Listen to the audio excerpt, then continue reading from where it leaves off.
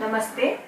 आज मैं आपके सामने उपस्थित हूँ गणित का ज्यामितीय रचना यह पाठ लेकर। आज हम इसका प्रश्न संग्रह 2 और प्रश्न संग्रह 3 करेंगे। तो सबसे पहले मैं आपको प्रश्न संग्रह 2 की रचनाएं सिखाऊंगी। यहाँ पर प्रश्न पहला पढ़िए। त्रिभुज ABC में लेंथ AB बराबर 5.5 सेमी, लेंथ BC बराबर 4.2 सेमी, लेंथ AC बराबर 3.5 सेमी। तो यहाँ पर हमें त्रिभुज ABC की रचना करनी है।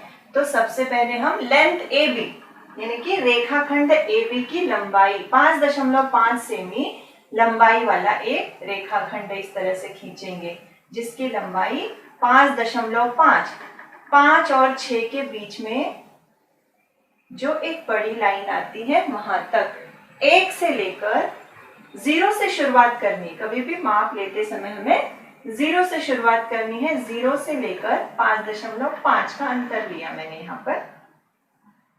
उसके बाद बोला गया है कि लेंथ BC बराबर 4.2।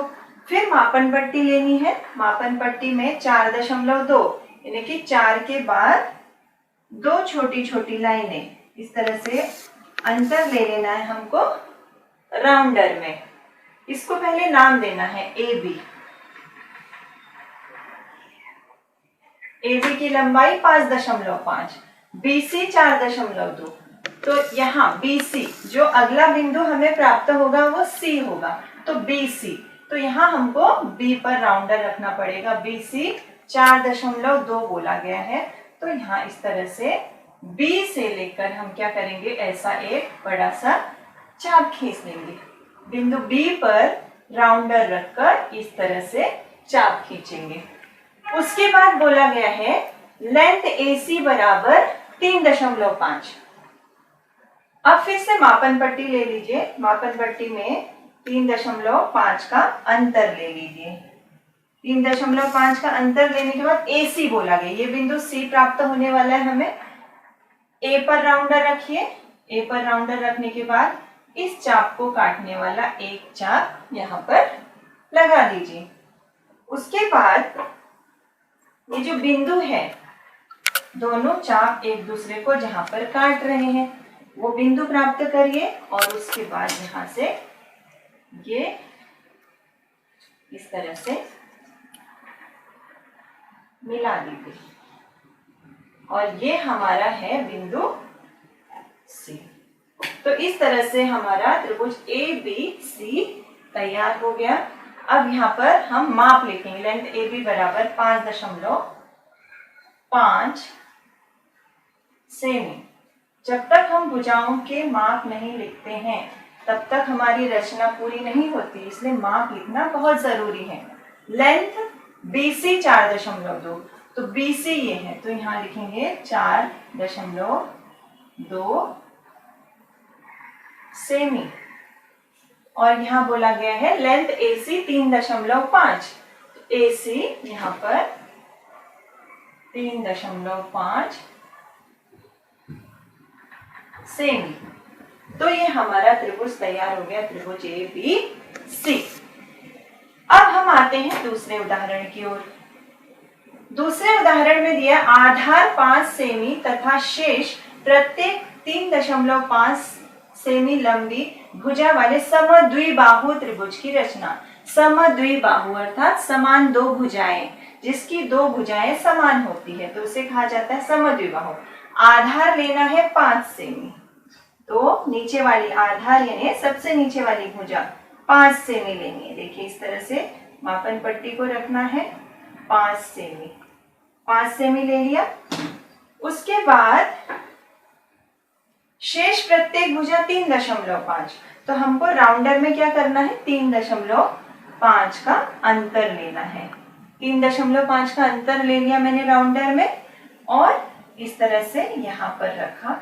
एक चाप यहाँ लगाया और उसके बाद राउंडर को उठाया, अंतर बदले बिना दूसरा जो है चाप इस तरह से लगा दिया। समद्विबाहु त्रिभुज है, इसीलिए इसकी दो भुजाएं समान हैं। तो अब क्या करेंगे, बीच वाला मध्य बिंदु प्राप्त करेंगे जहां पर दोनों चाप एक दूसरे को काट रहे हैं और इस तरह से दोनों आपस में मिला देंगे। तो ये हमारा बन गया त्रिभुज। इसको हम नाम दे देंगे, यहाँ पर कोई नाम नहीं दिया गया है तो हम इसको नाम दे देते हैं पी, त्रिभुज पी क्यू आर।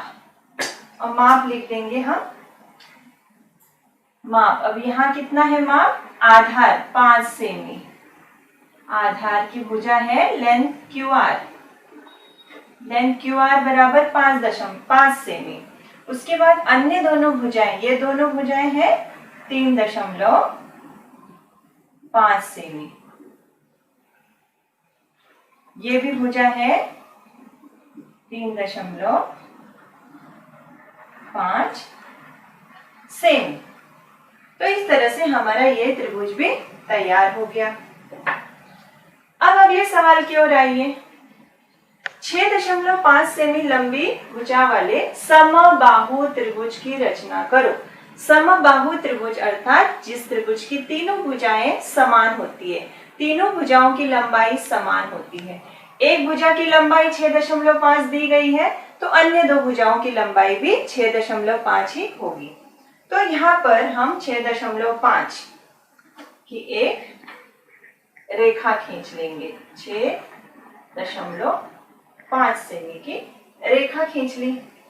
उसके बाद तीनों भुजाएं समान है, यानी सारी भुजाओं की लंबाई कितनी है 3.5, 6.5 ही है। तो जितना मैंने यहाँ जितनी लंबाई वाला रेखाखंड यहाँ खींचा है उतना ही अंतर मैंने राउंडर में ले लिया, यानी ये भी हो गया मेरा 6.5। उसके बाद राउंडर को इस बिंदु पर रखा, इस बिंदु पर रखने के बाद मैंने क्या किया, ऐसे एक चाप लगाया, राउंडर को उठाया, इस चाप को काटने वाला दूसरा चाप लगाया, मध्य बिंदु प्राप्त किया। उसके बाद ये दोनों इस तरह से मिला देंगे। तो ये हमारा बन गया समबाहु त्रिभुज। इन तीनों भुजाओं की लंबाई समान है, यानी कि कितनी है 6.5। यहाँ पर भी त्रिभुज का नाम नहीं दिया गया तो हम यहाँ पे नाम दे देते हैं x, y और z। और प्रत्येक भुजा की लंबाई है 6.5 सेमी। ये भुजा 6.5 सेमी, ये भी भुजा 6.5 सेमी और ये भुजा भी 6.5 सेमी। इस तरह से हमारा ये जो त्रिभुज है वो बन गया। अब अगला देखिए, अगली रचना देखिए। अपनी इच्छा से भुजाओं की लंबाई लेकर एक समबाहु त्रिभुज की रचना करो। आप समबाहु, समद्विबाहु, विषम बाहु किसी भी प्रकार का त्रिभुज ले सकते हैं। तो यहाँ पर बोला गया है कि अपनी इच्छा से भुजाओं की लंबाई लेकर एक समबाहु त्रिभुज की रचना करो। यहाँ पर देखिए हमने समबाहु त्रिभुज की रचना की, हमने यहाँ पर 6.5 सेमी वाला समबाहु त्रिभुज तैयार किया है। अब हम दूसरा अंतर ले लेते हैं। मान लीजिए मैंने 7 सेमी लिया, 7 सेमी भुजा वाला समबाहु त्रिभुज अब हम यहाँ पर तैयार करेंगे। यहाँ मैंने आधार वाली भुजा ली 7 सेमी। अपनी इच्छा से माप लेना है तो इसलिए मैंने लिया यहाँ पे ये जो है 7 सेमी वाला आधार। उसके बाद समबाहु है, यानी तीनों भुजाएं समान है, ये 7 है तो अन्य दो भुजाएं भी कितनी होनी चाहिए, 7 ही होनी चाहिए। तो राउंडर में अंतर लिया 7 सेमी का। उसके बाद मैंने एक चाप इस तरह से लगाया, राउंडर को उठाया, यहाँ पर रखा ऐसे। तो इस तरह से ये भी समबाहु त्रिभुज हम तैयार कर चुके हैं। इसे भी यहाँ पर कोई नाम नहीं दिया गया है कोई भी एक अच्छा सा नाम सोच लीजिए और नाम दे दीजिए। यहाँ पर ABC दिया, यहाँ PQR दिया, यहाँ XYZ दिया, तो यहाँ पर दे देते हैं LMN। और इसका माप लिखना है, तो कितना होगा, ये 7 सेमी का बनाया है हमने, तो प्रत्येक भुजा कितनी है, 7 सेमी है इसकी। इस तरह से इसको नाम दे देंगे तो हमारा ये तैयार हो जाएगा समबाहु त्रिभुज।